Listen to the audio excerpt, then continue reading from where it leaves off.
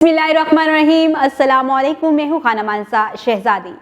Stream education में खुशामदीद। प्यारे बच्चों, हम हरूफ और अल्फाज स्टेप बी पढ़ रहे हैं और आज हम इसका हरूफ तहजी जाल पढ़ेंगे। हम जाल में सबसे पहले एक कहानी सुनेंगे। आप लोग कहानी बड़े गौर से सुनते हो। मुझे पता चल चुका है।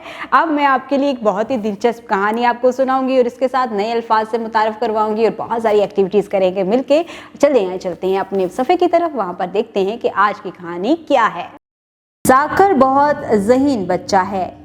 उसे कहानियाँ पढ़ने का शौक़ है। उसने बहुत सी कहानियों की किताबों का ज़ख़ीरा कर रखा है। उसका दोस्त ज़ीशान उसे मिलने आया तो उसके लिए मज़ेदार चिप्स भी लेता आया जो कि जायके में बहुत अच्छे थे। देखा, यहाँ पर भी हमने एक बहुत ही दिलचस्प कहानी पढ़ी है जी। इसमें कौन कौन से किरदार थे? हाँ, जाकिर और ज़ीशान। जाकिर ज़हीन बच्चा था या नालायक? नहीं, जाकिर तो बहुत ज़हीन बच्चा था और उसके पास क्या था? हाँ, कहानियों और किताबों का ज़ख़ीरा था। आपको पता है ज़ख़ीरा किसे कहते हैं? किसी भी चीज़ का बहुत वाफर मिक़दार, यानी ज़्यादा कुछ आपके पास होता है, जैसे किताबें होती हैं, कहानियों की किताबें होती हैं, या कोई अनाज होता है। किसी भी चीज़ की वाफर मिक़दार यानी ज़्यादा मिक़दार हो तो उसको हम कहते हैं ज़ख़ीरा। हम उसको अपने पास महफूज जब रखना हो ना तो हम उसको बहुत सेफ जगह पे रखते हैं तो उसको ज़ख़ीरा कहते हैं। अब मुझे ये बताओ कि जो चिप्स वो खा रहे थे उनका क्या अच्छा था?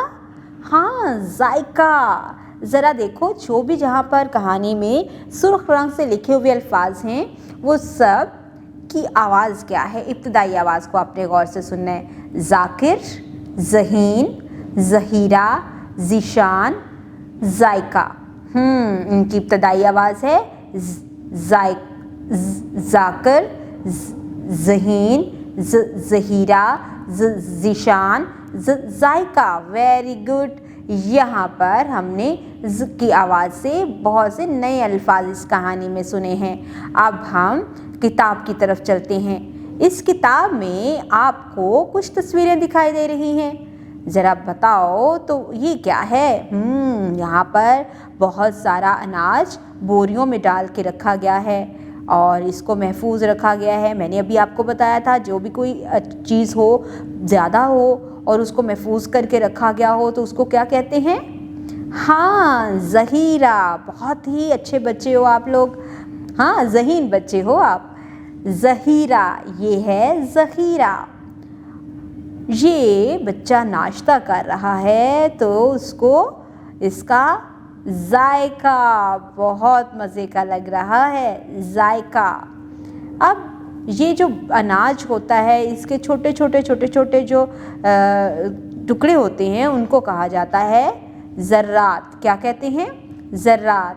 हम रेत को अगर हाथ में पकड़ें तो उसके भी छोटे छोटे से ज़र्रे होते हैं ना, तो उनको ज़र्रात कहते हैं। जमा उसकी यानी ज़्यादा सारे हों तो उसको कहेंगे ज़र्रात। ज़ख़ीरा, जायका, ज़र्रात।